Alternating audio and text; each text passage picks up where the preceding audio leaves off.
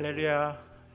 귀하고 복된 하나님께서 우리를 수요일 날 또 말씀의 자리로 불러주셨습니다. 말씀의 자리 가운데 하나님 불러주신 것 또 감사하게 여기고 또 기대하는 마음으로 그렇게 말씀 듣는 것에 집중하면 좋겠습니다. 제가 찬양하고 같이 오늘 제가 기도하고 찬양하도록 하겠습니다.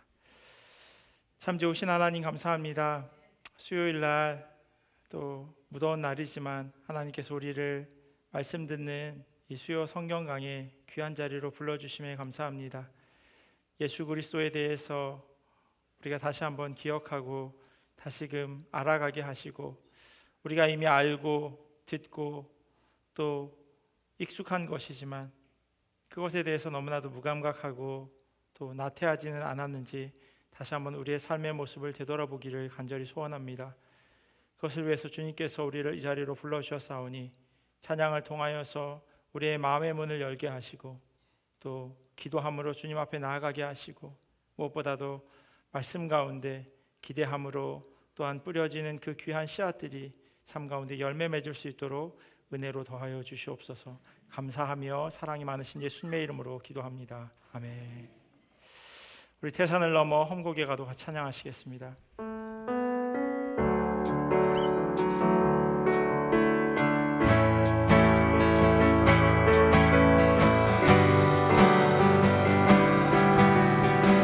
태산을 넘어 험곡에 가도 빛 가운데로 걸어가며 주께서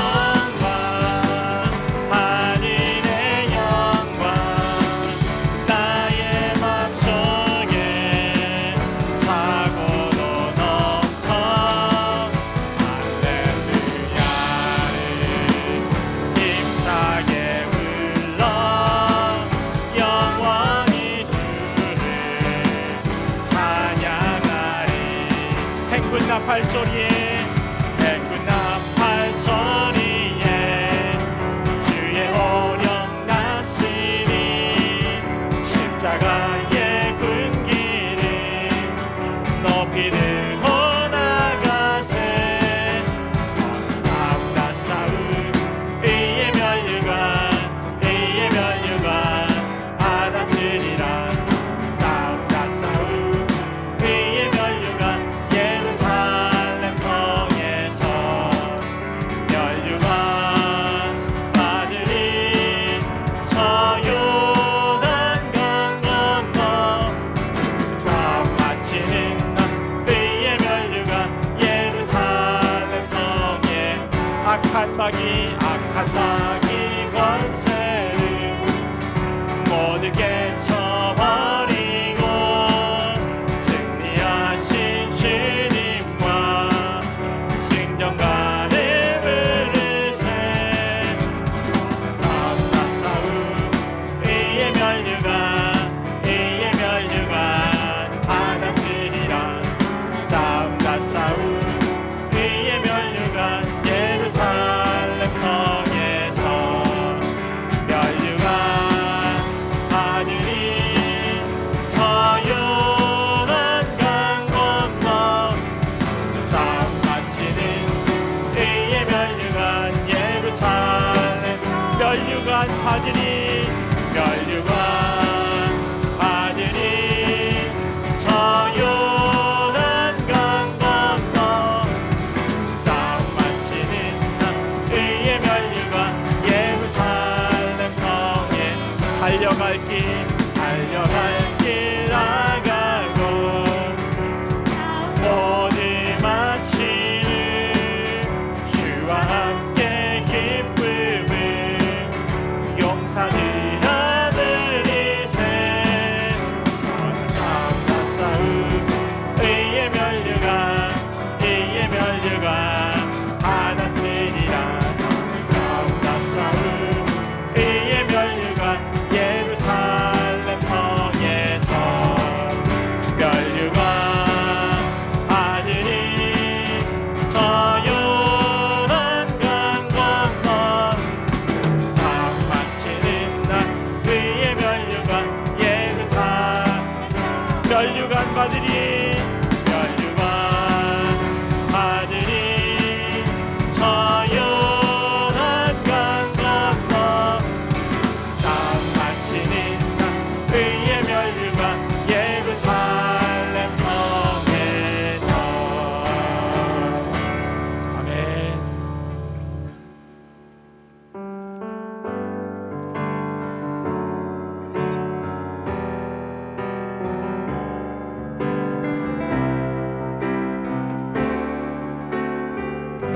우리 주님 위대하십니다. 우리 주님 위대하며 능력이 많으시도다. 그의 지혜 무궁하며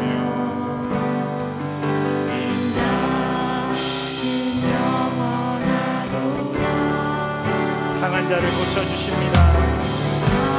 상한 자를 고치시며 상처를 싸매시도다. 열일의 실을 세시며 이름을 지셨도다.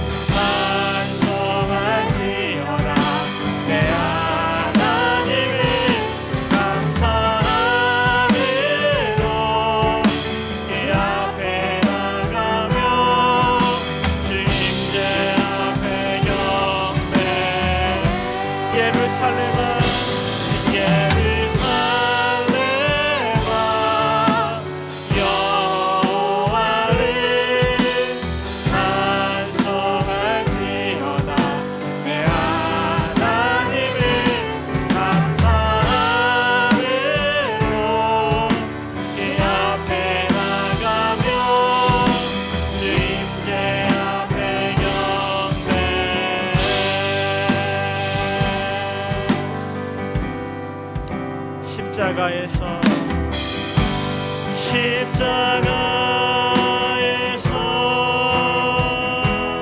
그는 내 이름 바꾸셨네.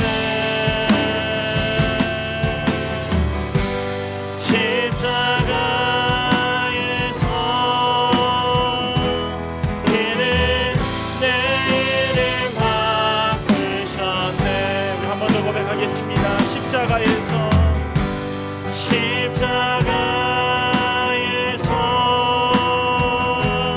그는 내 이름 바꾸셨네.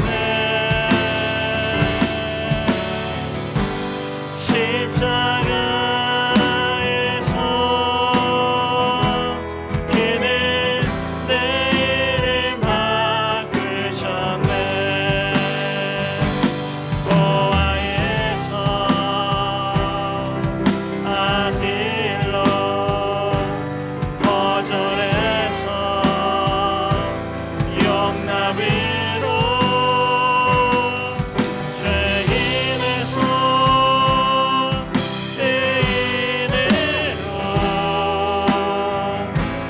바꾸어 주셨네. 십자가에서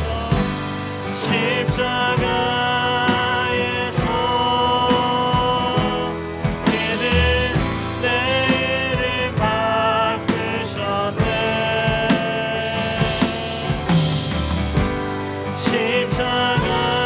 십자가에서 그는 내 이름 바꾸셨네. 한 번 더 고백하겠습니다. 십자가에서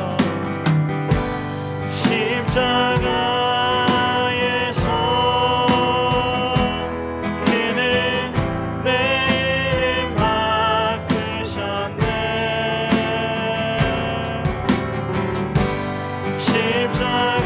십자가에서 그는 내 이름 바꾸셨네. 십자가에서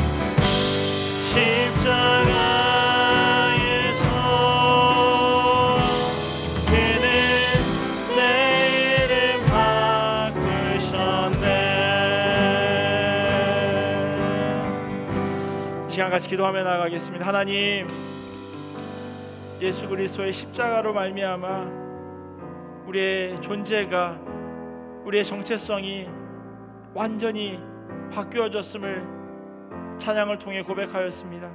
하나님, 단순히 우리의 입술의 고백이 아니라 우리의 삶의 고백이 되어지게 하시고, 또한 그 고백대로 살아날 수 있도록 하나님 우리와 은혜와 또 하나님 용기를 더하여 주시옵소서. 주님께서 우리로 하여금 그렇게 살아갈 수 있도록 인도하여 주시길 간절히 소원합니다. 또 하나님 수요일 저녁에 우리가 말씀을 듣기 위하여 이 자리에 모였사오니 하나님 온전히 들을 길을 열어주시고 또 듣는 자와 전하는 자가 함께 은혜 받는, 그리고 그 말씀대로 살아나가기를 결단하는 귀한 자리 될 수 있도록 하나님 인도하여 달라고 우리 기도 제목 가지고 같이 기도하며 나아가겠습니다.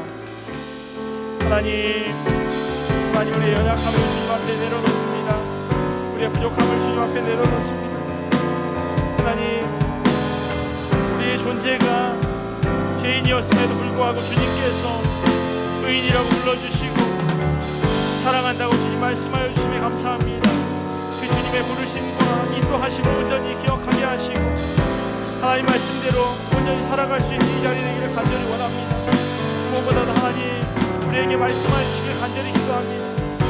하나님의 말씀이 들려지는 자리 되기를 간절히 원합니다. 믿음의 손길들이 초대교회에 믿음의 사도들이 무엇을 전하였고 또한 그 전함을 통하여서 어떻게 살기를 결단하였는지, 거기에 얼마나 큰 역사들이 일어났는지 하나님 우리로 하여금 깨달아 알게 하시고 하나님 그것들이 이 저녁 우리 가운데 온전히 이루어질 수 있도록 하나님 인도하여 주시옵소서. 주님만 바라보면서 주님의 말씀을 기억하면서 또 기대하며 나아가길 원하오니 하나님 각 심령 가운데 은혜로 넣어 주시옵시고 하나님께서만 온전히 주관하시고 주장하시는 이 저녁 될 수 있도록 하나님 역사하여 주시옵소서. 주님만을 기대하며 주님만을 바라며 나아가오니 하나님 은혜로 더하여 주시옵소서.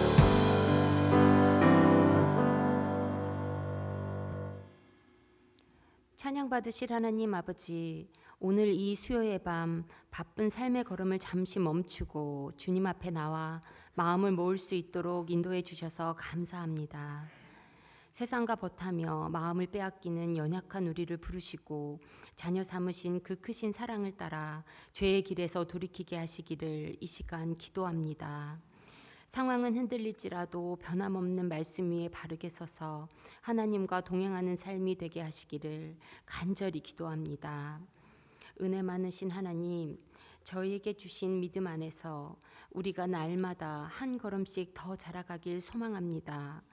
어제보다 오늘, 오늘보다 내일 더 주님을 닮아가게 하시고 작은 일에도 감사하며 사랑을 선택할 줄 아는 성숙한 믿음의 사람으로 만들어 주시기를 간절히 기도합니다. 고단한 이민의 삶에서 외롭고 낯선 길을 걷는 우리의 삶 가운데 주님의 참된 위로와 평안을 경험하며 우리가 이 땅에서도 하나님 나라의 백성답게 살아가도록 이 교회를 세우셨음을 감사함으로 고백합니다.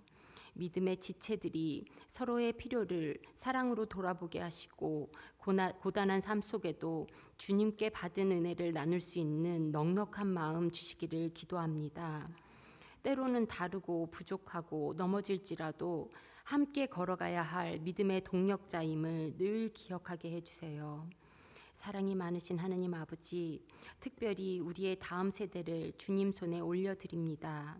이 땅에서 자라나는 아이들과 청년들이 유혹 많은 세상에서 말씀의 빛을 따라 살게 하시고 그들의 심령에 주님을 향한 거룩한 소망이 자라나게 하시기를 이 시간 기도합니다. 우리 교회에게 맡기신 이 심령들을 사랑으로 섬기게 하시어 믿음의 뿌리를 내리도록 격려하며 함께 동행하는 어른 세대가 되게 하여 주세요. 이 시간 함께 예배하는 모두가 온전히 하나님만 높이게 하시고 위로가 필요한 이에게는 평안을, 지혜가 필요한 이에게는 말씀의 빛을, 새 힘이 필요한 이에게는 성령의 도우심을 부어주시기를 간절히 기도하며 우리의 참 소망 되시는 예수님의 이름으로 기도합니다.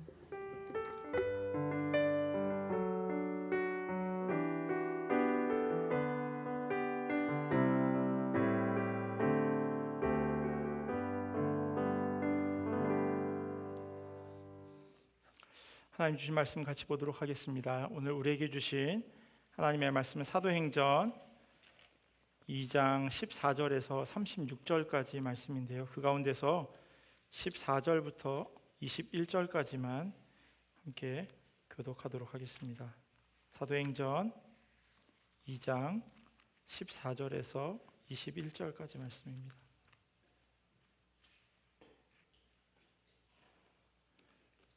사도행전 2장 14장 2장 14절에서 21절까지 말씀 한 절씩 교독하고 마지막 21절은 함께 읽겠습니다.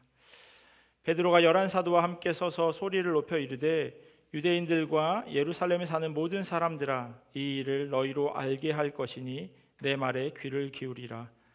때가 제 삼시니 너희 생각과 같이 이 사람들이 취한 것이 아니라 이는 곧 선지자 요엘을 통하여 말씀하신 것이니 일러스되 하나님이 말씀하시기를 말세에 내가 내 영을 모든 육체에 부어 주리니 너희의 자녀들은 예언할 것이요 너희의 젊은이들은 환상을 보고 너희의 늙은이들은 꿈을 꾸리라. 그때 내가 내 영을 내 남종과 여종들에게 부어 주리니 그들이 예언할 것이요 또 내가 위로 하늘에서는 기사를 아래로 땅에서는 징조를 베풀리니 곧 피와 불과 연기로다. 주의 크고 영화로운 날이 이르기 전에 해가 변하여 어두워지고 달이 변하여 피가 되리라. 누구든지 주의 이름을 부르는 자는 구원을 얻으리라 하였느니라. 아멘. 하나님의 말씀입니다. 사도행전이 가지고 있는 여러 가지 특징들이 있는데요. 그 가운데 하나가 뭐냐면 사도행전에는 설교가 참 많이 기록되어져 있다는 겁니다. 2장에 오늘 저희가 함께 볼 이 베드로의 설교를 시작으로 해서요, 7장의 스데반 집사의 설교, 그리고 13장부터 등장하는 사도 바울의 설교까지 해서 설교들이 계속해서 이어집니다. 제목이 사도행전이지만요, 이 안에 복음을 증거하기 위해 중요한 설교와 연설이 너무나도 많이 담겨져 있습니다. 김등주 교수가 쓴 사도행전 연구라는 책에는요, 베드로의 연설이 9번, 그리고 바울의 연설이 9번, 여기에 스데반, 야고보 등 다른 사람들의 연설까지 사도행전에는 총 24개의 연설 혹은 담화가 있다라고 설명합니다. 그러니까 사도행전이 28장까지 있는데 그 안에 24편의 설교가 담겨져 있다라고 하는 것은 얼마나 많은 이 설교가 이 가운데 기록되어져 있는지 잘 알 수 있습니다. 무엇보다도 복음을 전하는 데 있어서 설교가 얼마나 중요한 역할을 했는지 그것을 아주 간접적으로 보여주는 대목이기도 합니다. 오늘 저희가 그 가운데 사도행전에 기록된 가장 첫 번째 설교, 그리고 베드로의 첫 번째 설교를 같이 살펴보려고 합니다. 그 첫 번째라고 하는 것에는 분명히 의미가 있어요. 어떤 일을 처음 한다라고 할 때, 아니면 어떤 일을 처음 경험하게 될 때, 어떤 일을 처음 할 것을 목전에 두고 있을 때 그 긴장함, 또 때로는 두려움, 또 설레임도 있을 텐데 그것이 정말 중요하기 때문에 베드로의 첫 번째 설교를 이 사도행전에 기록해 놓은 겁니다. 오순절 성령이 임한 후에 사람들이 방언을 하게 되자 명절을 맞아서 예루살렘에 온 많은 사람들이 놀라고 또 당황했습니다. 13절에 어떤 이들은 조롱하면서 세술에 취했다라고까지 이야기합니다. 왜냐하면 그들이 말하는 것이 약간 술 취한 사람 같았던 모양입니다. 그러자 베드로가요, 거기 모여 있는 사람들을 대표해서 예수 그리스도가 누구이신지 요엘서 2장의 말씀, 그리고 시편 16편, 그리고 110편의 말씀을 인용하면서 오늘 14절부터 36절까지 긴 설교를 많은 사람들에게 하게 됩니다. 저희가 오늘 지금 이 36절까지 다 읽어야 되는데 21절까지 앞부분만 읽었는데요, 이 말씀은 베드로가 인용한 요엘서 2장의 내용이 주를 이루고 있습니다. 어부가 다 무식하다라고 정의 내릴 수는 없지만요, 그럼에도 불구하고 그 당시 많은 사람들은 어부는 가방끈이 길지 않았다라고 그렇게 생각했습니다. 그게 보편적인 사람들의 생각이었어요. 어떤 직업을 가지고 있는 사람 가운데 그 직업을 가지고 있는 다른 사람들과 조금 결이 다른 사람들이 간혹 있기는 합니다. 하지만 기본적으로 어떤 일을 하는 사람들의 부류는 많이 비슷하죠. 근데 어부라고 하는 그 직업이 그랬어요. 가방끈이 생각보다 길지 않은 사람들, 배움이 짧고, 특별히 물고기를 잡는다라고 하는 그 일은요, 3D라고 하는 3D 업종의 하나였던 겁니다. 더럽고 또 어렵고 그리고 힘든 그런 3D 업종 중에 하나였던 거예요. 무엇보다도요, 이 어부라고 하는 직업을 가진 사람들이 경제적으로 많이 넉넉하지도 않았습니다. 그 중에는 자기 배를 가지고 있는 사람들도 있었습니다. 하지만 많은 경우는 다른 사람의 배에 타서 일을 하거나 혹은 다른 사람들의 배를 빌려서 물고기를 잡는 일을 했었습니다. 그러니까 넉넉하다라고도 말할 수 없는 그런 직업이죠. 그런 험한 일을 하는 사람인 베드로가 많은 사람들 앞에 서서 설교를 하기 시작합니다. 특별히 여기에 모여 있는 사람들은 이 예루살렘을 중심으로 하면서 살았던 사람이 아니라 그 사람뿐만 아니라 외지에 있었던 외국에 많이 있었던 사람들까지도 예루살렘으로 온 겁니다. 아주 담대하게 설교를 하고 있는 거예요. 그 설교의 시작이 뭐냐면 요엘서 2장 28절에서 32절까지 말씀이에요. 오늘 저희가 읽은 말씀과 약간의 차이가 있기는 하지만요, 동일한 말씀이에요. 화면을 보시면서요, 제가 그 요엘서 이 베드로가 인용한 말씀을 읽어드릴게요. 그 후에 내가 내 영을 만민에게 부어주리니 너희 자녀들이 장래 일을 말할 것이며 너희 늙은이는 꿈을 꾸며 너희 젊은이는 이상을 볼 것이며 그때 내가 또 내 종을 남종과 여종에게 부어줄 것이며 내가 이적을 하늘과 땅에 베풀리니 곧 피와 불과 연기 기둥이라. 여호와의 크고 두려운 날이 이르기 전에 해가 어두워지고 달이 핏빛같이 변하려니와 누구든지 여호와의 이름을 부르는 자는 구원을 얻으리니 이는 나 여호와의 말대로 시온산과 예루살렘에서 피할 자가 있을 것이며 남은 자 중에 나 여호와의 부름을 받을 자가 있을 것임이니라. 베드로가 지금 구약의 말씀을 인용하고 있어요. 왜 요엘을 인용하면서 예수님에 대한 이야기를 하고 있는 것일까요? 요엘서는 사실 3장밖에 안 돼요. 1장, 2장, 3장, 3장으로 되어져 있는 아주 짧은 그런 선지서입니다. 내용 역시 복잡하지 않아요. 1장과 2장 11절까지는요, 그 땅에 여호와의 날에 임할 징조에 대해서 이야기합니다. 메뚜기 재앙이 그 땅 가운데 임하게 될 거라는 거예요.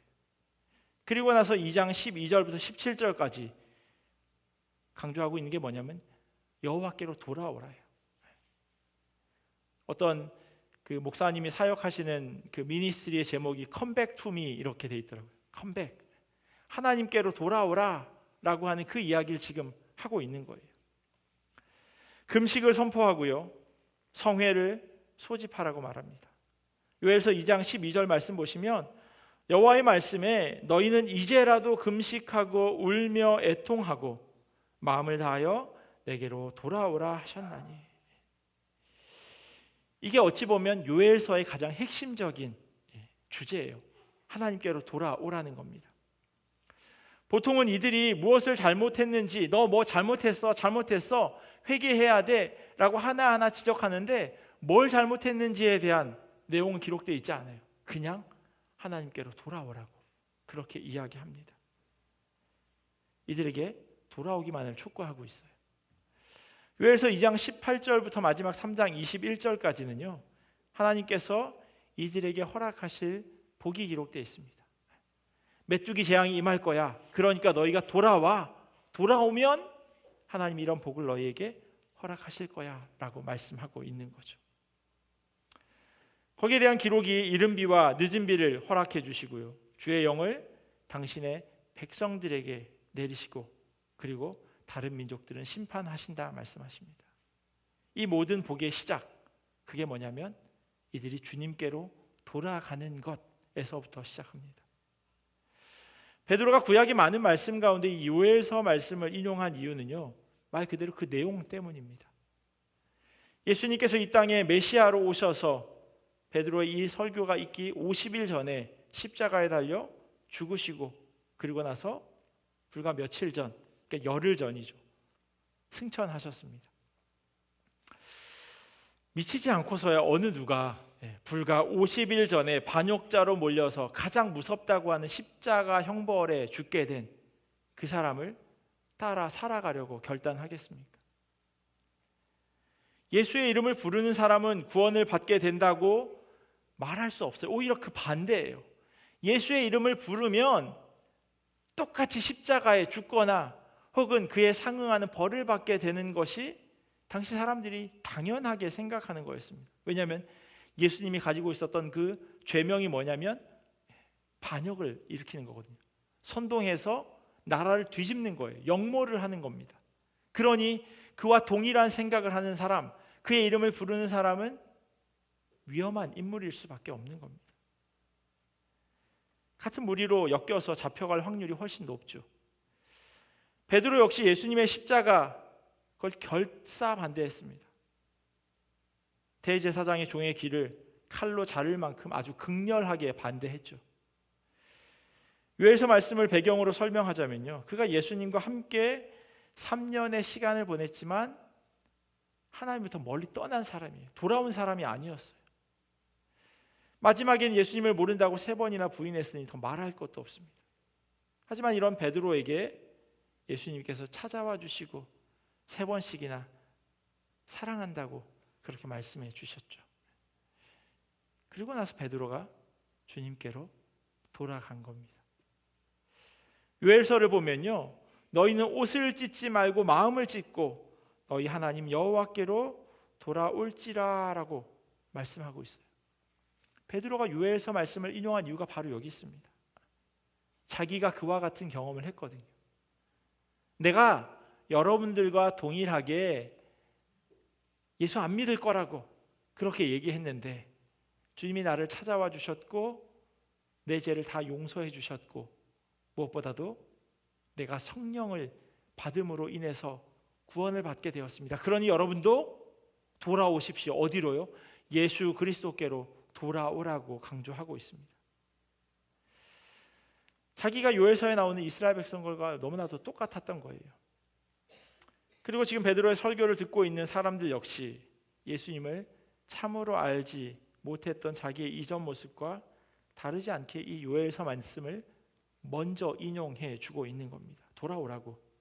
주님께 돌아오면 너에게 임할 재앙이 복으로 바뀌어질 거라고 말씀합니다. 오늘 본문 14절 보시면요, 베드로가 11사도와 함께 서서 소리를 높여 이르되 유대인들과 예루살렘에 사는 모든 사람들아, 이 일을 너희로 알게 할 것이니 내 말에 귀를 기울이라 선포합니다. 사람들이 술에 취한 것으로 오해했기에 베드로가 그 일에 대해서 먼저 변호하기 시작하죠. 15절에 보면 때가 제 삼신은 이스라엘 사람들은 아침에 해 뜨는 6시를 시작으로 해서 시간이 지나갑니다. 그러니까 3시면 7, 8, 9에서 오전 9시예요. 오전 9시인데 무슨 술에 취해 있겠습니까? 라고 이야기하는 거죠. 무엇보다 지금은 오순절 기간이기에 이들은 금식하고 있었습니다.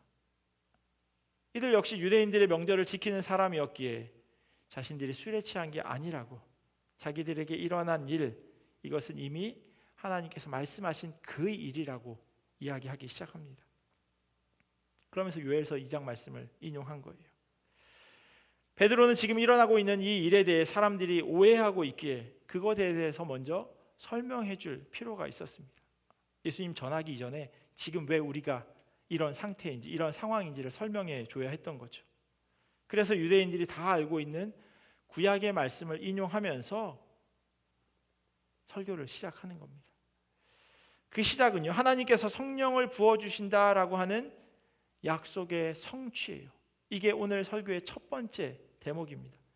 17절 보시면 하나님이 말씀하시기를 말세에 내가 내 영을 모든 육체에게 부어주리니 라고 말씀하고 있어요. 모든 육체에게 부어준다고. 주님께 돌아오는 모든 육체에게, 누구에게나 성령을 주시겠다 말씀하셨다는 거예요. 그리고 기도하면서 기다리던 우리에게 그 성령이 임했다 말합니다. 성령이 임하는 것을 뭐라고 표현하냐면요, 부어주신다라고 표현하고 있어요. 한국의 지난주 폭우로 인해서 아주 큰 인명 재난 피해가 있었다고 뉴스를 통해서 봤는데, 한 곳에 잠깐 내리는 그런 국지적인 그런 비가 아니라 조금 내리는 이슬비도 아니고요. 열대성 폭우처럼 쏟아 부어지는 것, 그게 바로 오늘 본문에 기록된 부어주신다라고 하는 의미라고 주석에 설명합니다.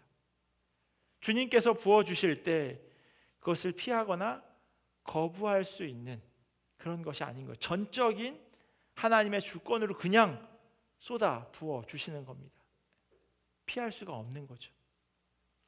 이렇게 성령이 부어지면요, 그 다음 성령을 받은 이들에게 일어나는 역사의 모습이 있습니다. 눈에 보여지는 가시적인 변화라는 거예요.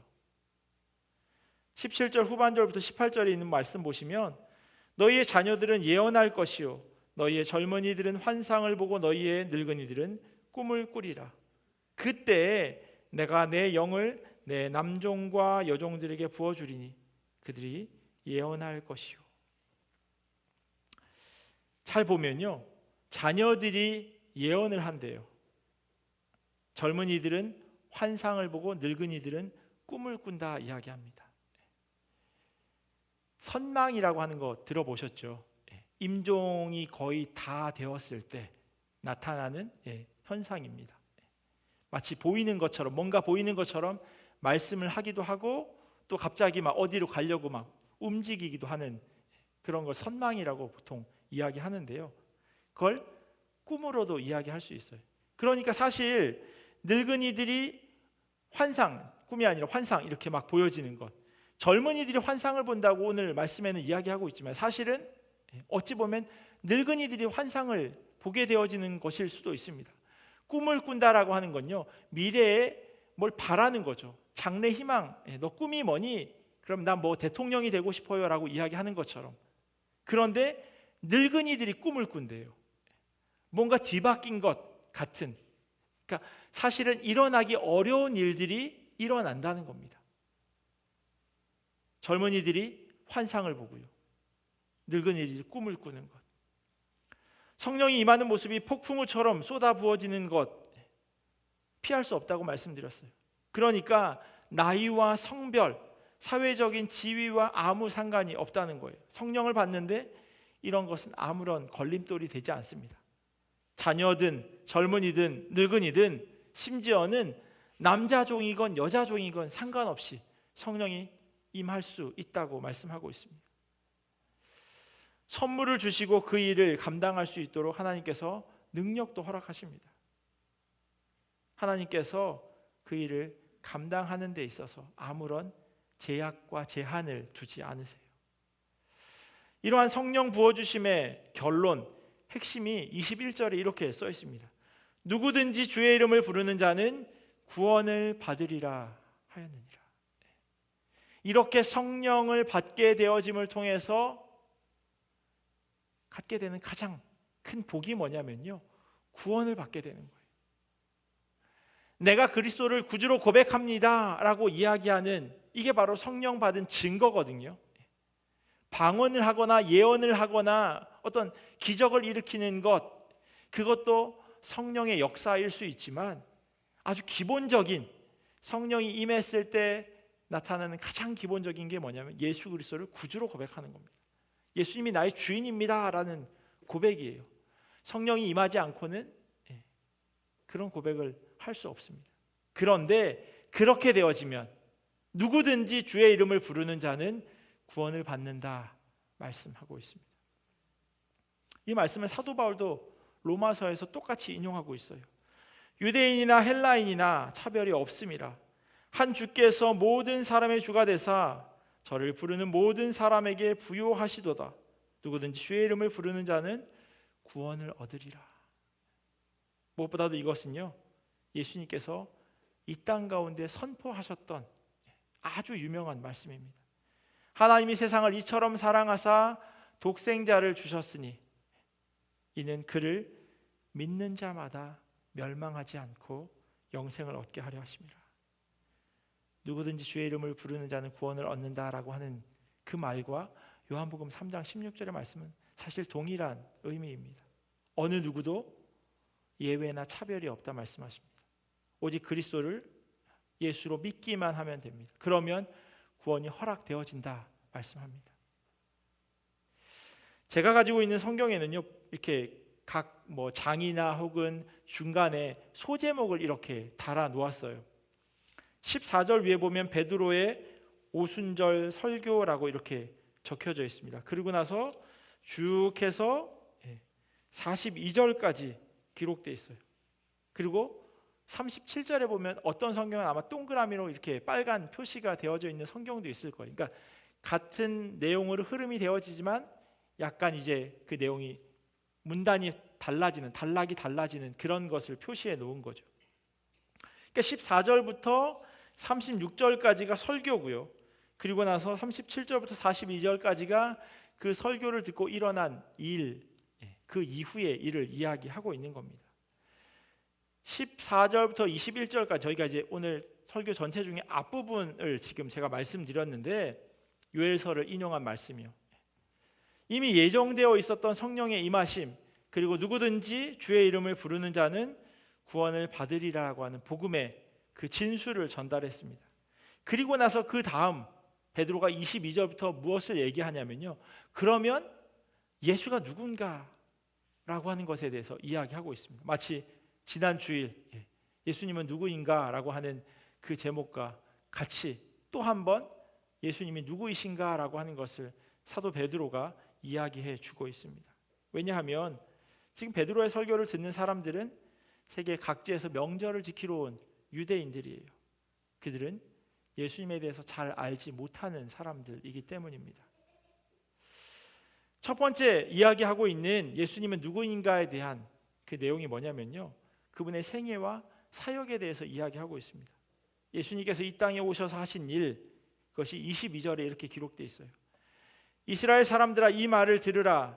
너희도 아는 바와 같이 하나님께서 나사렛 예수로 큰 권능과 기사와 표적을 너희 가운데서 베푸사 너희 앞에서 그를 증언하셨느니라. 예수님께서 이 땅 가운데 오셔서 하셨던 그 일, 큰 권능과 기사와 표적이라고 말씀하고 있습니다. 그리고 하나님 나라에 대해서 말씀하셨어요. 하지만 예수님을 사람들은요, 자기들이 기대하던 그 메시아와 똑같다라고 생각하지 못했어요. 처음엔 그런 줄 알았더니 나중엔 아니었던 겁니다. 그래서 그분을 버리죠. 두 번째, 그로 인해서 예수님의 죽음이 23절에 기록되어 있습니다. 그가 하나님께서 정하신 뜻과 미리 아신 대로 내준 바 되었거늘 너희가 법 없는 자들의 손을 빌려 못 박아 죽였으나. 아마 그 예루살렘에 모인 사람들 가운데요, 예수님에 대한 소문을 들은 이들도 있을 겁니다. 왜냐하면 워낙 큰 사건이었을 테니까요. 나라를 뒤집으려다가 십자가에 못 박혀 죽게 되는 일이 흔한 일은 아니었습니다. 그리고 그 일은 당연히 사람들의 입소문에 오르내릴 수밖에 없어요. 그냥 암암리에 처리하는 것이 아니라 모든 사람들이 보도록 매달아 놓는 그 형벌을 예루살렘에서 행했으니 당연히 사람들이 어느 정도는 알고 있었을 겁니다. 그런데요, 베드로가 뭐라고 이야기하냐면 실제로는 그렇지 않았다는 거예요. 로마를 전복하려고 하는 시도를 예수님이 하려고 했던 게 아니라는 것을 이야기하고 있습니다. 예수님께서 이 땅에 오신 목적은요, 십자가에서 죽으심으로 말미암아 죄인들을 의인되게 하시는 그 일을 하기 위해서 오셨다 말씀합니다. 아까 저희가 불렀던 그 찬양의 가사처럼요, 죄인에서 의인으로 십자가에서 예수님께서 죽으심으로 그 일을 이루신 거죠. 이것이 비록 하나님께서 정해 놓으신 뜻이고 예수님께서 가룟 유다에 의해서 팔려갈 것과 사람들의 손에 죽으실 것을 아셨음에도 불구하고 그대로 자신을 내어 주십니다. 결국 무법자들의 손에 예수님께서는 십자가에 못 박혀 죽으셨습니다. 베드로가 그 다음에 이야기하는 세 번째는 뭐냐면 부활이에요. 예수님께서 이 땅 가운데 오셔서 이런 일을 행하셨고 십자가에 죽으셨고 그리고 그 다음은 당연히 부활이 나올 수밖에 없습니다. 십자가에서 죽는 것으로 끝나지 않았다는 겁니다. 풀은 마르고 꽃은 시드나 하나님의 말씀은 영원하다라고 성경에 기록되어져 있는 것처럼 그리스도께서 사망 원세를 이기고 부활하셨다 말씀합니다. 24절 보시면요, 하나님께서 그를 사망의 고통에서 풀어 살리셨으니 이는 그가 사망에 매여 있을 수 없었습니다. 사망이 예수 그리스도를 묶어놓을 수 없었습니다. 여기서 고통이라고 번역된 단어의 헬라어 뜻이 뭐냐면요, 아이를 낳을 때 산모가 겪는 그 진통, 그것을 이야기합니다. 흔히 산고라고 말하죠. 아이가 태어나려면요, 엄마는 산고를 겪게 되어 있습니다. 물론 날짜를 정해서 제왕절개 하는 일이 간혹 있기는 하지만 자연적인 방법으로 출산을 하기 위해서는 이 고통 없이 아이가 태어날 수 없죠. 베드로 사도는요, 예수님께서 죽으시고 부활하시는 것, 그걸 산고라고 이야기하고 있어요. 예수님께서 그렇게 아픔을 겪으셔야 새로운 생명이 태어난다고 하는 그런 의미를 담고 있습니다. 예수님께서 인간으로 이 땅에 오셨기에 십자가의 죽으심이 고통일 수밖에 없습니다. 그래서 십자가 위에서 엘리 엘리 라마 사박다니, 아버지여 아버지여 어찌하여 나를 버리셨나이까 라고 말씀하신 겁니다. 그러나 예수님은 사망에 매여 있을 수 없었습니다. 베드로는 성령 받음에 대해 구약의 요엘서의 말씀을 인용한 것처럼 예수님의 부활에 대해서 또 다른 구약의 말씀을 인용합니다. 베드로가 언급한 다윗의 시 가운데 핵심은 뭐냐면 오늘 본문의 27절에 있는 말씀이에요. 이는 내 영혼을 음부에 버리지 아니하시며 주의 거룩한 자로 썩음을 당하지 않게 하려 하실 것임이로다 라고 그렇게 말씀합니다. 27절에 있는 말씀이에요. 하지만 여기까지는 어디까지나 베드로의 증언이에요. 이 증언이 진실로 입증되기 위해선 2명 이상의 증인이 필요합니다. 베드로를 비롯한 120명의 성령 받은 사람들이 바로 이 일의 증인이죠. 32절에 보면 이 예수를 하나님이 살리신지라, 그러고 나서 뭐라고 이야기하면 우리가, 너희들 앞에 서 있는 우리 모두가 이 일의 증인이라고 이야기하고 있습니다. 나 혼자만 얘기하는 게 아니라 여기 있는 120명의 사람들이 다 그 일의 증인이라고, 2명이 아니라 120명이 증인이라고 이야기합니다. 사도 바울은 이보다 더 많은 수의 증인이 있었다고 성경에서 말하죠. 고린도전서 15장에 보면요, 장사 지낸 바 되셨다가 성경대로 사흘 만에 다시 살아나사 게바에게 보이시고 후에 12 제자에게와 그 후에 500여 형제에게 일시에 보이셨나니 그 중에 지금까지 대다수는 살아있고 어떤 사람들은 잠들었으며 라고 이야기합니다. 120명이 아니라 500명이라고, 더 많다고 사도 바울은 이야기하고 있어요. 적어도 500명 이상이 예수님의 부활을 목격한 겁니다. 하지만 이것으로 유대인들을 설득하기에 충분하지 않았습니다. 왜냐하면 그들이 기다리고 있었던 그 메시아는 바로 다윗의 후손에서 태어나는 다윗보다 더 위대한 사람이라고 하는 기대가 있었기 때문이에요. 그래서 결론적으로 33절부터 35절까지의 말씀을 통해서 이스라엘 백성들이 기름 부음 받은 자로 가장 위대하게 여긴 그 다윗보다 예수님이 더 위대하다 설명해 주고 있습니다. 34절과 35절 말씀을 보면요, 다윗은 하늘에 올라가지 못하였으나 친히 말하여 이르되 주께서 내 주에게 말씀하시기를 내가 내 원수로 네 발등상이 되게 하기까지 너는 내 우편에 앉아 있으라 하셨도다 하였으니라고 이야기합니다. 다윗은 죽어서 묻혔습니다. 하지만 예수님은 하나님의 우편에 앉아 계시다라고 베드로가 이야기하고 있습니다. 이를 통해서 다윗과 예수님이 얼마나 확연하게 차이를 가지고 있는지를 설명해 주고 있는 거죠. 이제 이스라엘 백성들은 깨달아 알아야 합니다. 사람들이 십자가에 못 박은 그분이 하나님의 아들 예수 그리스도라는 사실을 말입니다. 베드로는 설교를 통해서 예수님의 공생애 그리고 죽으심과 부활에 대해 아주 짧지만 강력하게 요약해서 선포하고 있습니다.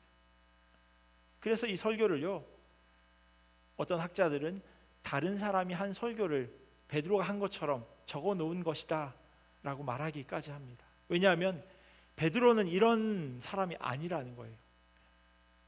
베드로가 이렇게 어떻게 이야기하겠냐라는 물음표를 던진 겁니다. 고대에요, 어떤 글에 권위를 부여하기 위해서 유명한 사람의 이름을 빌어서 글을 써냅니다. 플라톤이 쓴 글, 그것을 자기 스승이 쓴 것처럼, 소크라테스가 쓴 것처럼 이렇게 써내는 것처럼 이 베드로의 설교 역시도 마찬가지다라고 학자들이 이야기해요. 하지만 우리가 한 가지 잊고 있는 게 있어요. 그게 뭐냐면요, 권위를 부여하려면 제가 말씀드린 대로 다른 유명한 사람의 이름을 빌어야죠. 오늘날 베드로는 예루살렘 교회의 기둥이었다라고 그렇게 생각하지만요, 당시 베드로 하면 사람들이 뭐라고 생각했을까요? 제일 첫 번째 떠올린 게 그냥 배신자일 겁니다. 아주 유명한 사람, 아주 그럴듯한 뛰어난 사람의 이름을 빌려서 그가 이렇게 예수님을 만나고 전했습니다라고 설교하는 것이 더 합당하겠죠. 훨씬 설득력이 있겠죠. 베드로는 변변찮은 어부였고, 그리고 예수님을 따라다니기는 했지만 다혈질에, 그리고 예수님을 모른다고 3번이나 부인하고 도망간 사람일 뿐입니다. 그런데 베드로가 이렇게 설교할 수 있었던 단 한 가지 이유가 있어요. 그게 뭐냐면 봤으니까요. 진짜 봤으니까요. 성령이 임하심을 통해서 그가 자기가 본 것을 사람들 앞에 담대하게 이야기할 수 있었던 거예요. 이전 같았으면 도망갔겠죠.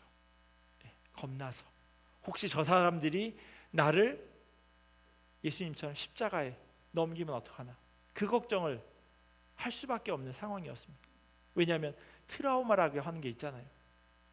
어떤 충격적인 일을 경험하면요, 글이 계속 떠오릅니다. 베드로에게 있어서 충격적인 일, 자기가 따르던 그 스승 예수가 십자가에 달려 죽는 것, 그게 어떻게 트라우마가 아닐 수 있겠습니까? 가까운 친구가 어떤 사고를 당해도 그게 계속 사람들의 머릿속에 떠오르는데 3년 동안 함께 먹고 자며 그분이 하신 많은 일들을 직접 목격했는데 그분이 십자가에서 벌거벗겨진 채 죽었다라고 하는 것을 베드로가 어떻게 트라우마로 여기지 않을 수 있겠습니까? 그런데 그 모든 것들이 깡그리 다 사라지고 담대하게 사람들 앞에서 전할 수 있는 이유가 있는 거예요.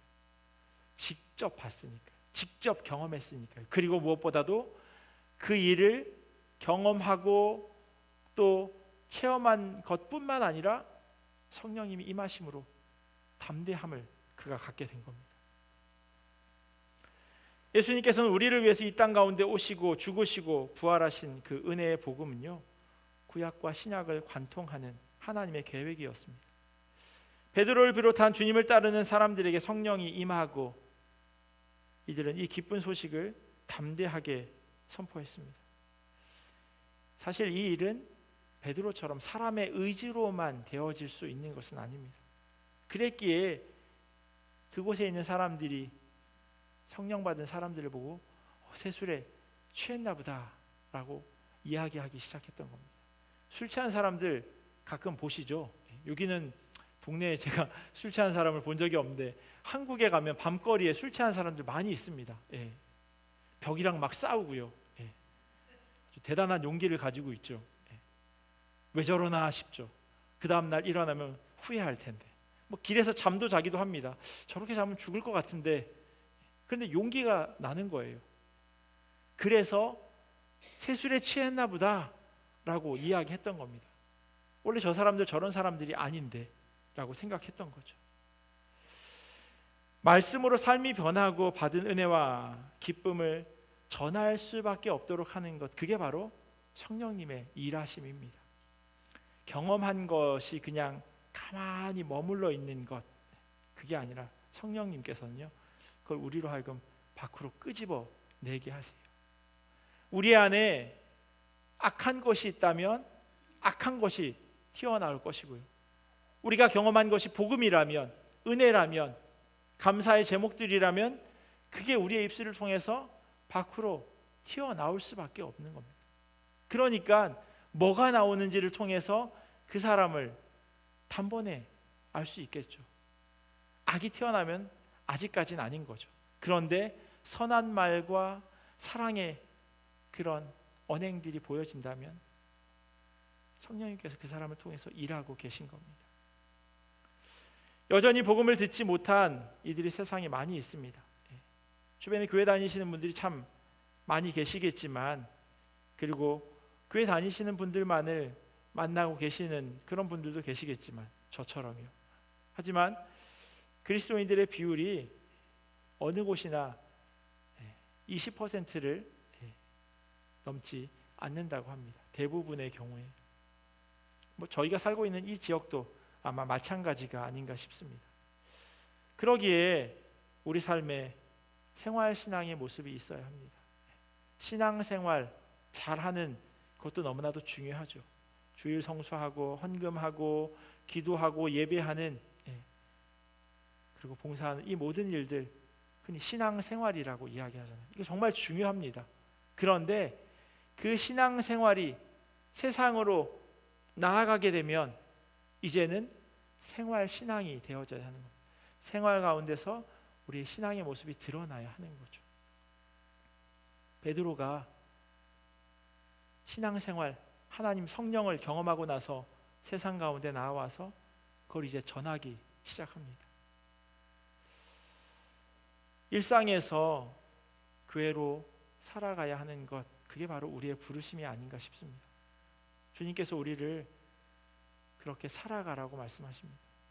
베드로가 담대하게 주의 복음을 선포할 수 있었던 것처럼 우리가 살아가는 삶 가운데서 우리를 통해 복음이 흘러가기를 예수 그리스도의 이름으로 간절히 축원합니다. 기도하겠습니다. 참 좋으신 하나님, 우리를 통하여서 복음이 흘러갈 수 있도록 인도하여 주시옵소서. 또한 우리가 일상 가운데서 귀한 통로로 주님이 기뻐하시는 대로 살아드릴 수 있도록 은혜로 도와여 주시옵소서. 주님의 말씀대로 살아가는 것이 쉽지 않음을 고백합니다.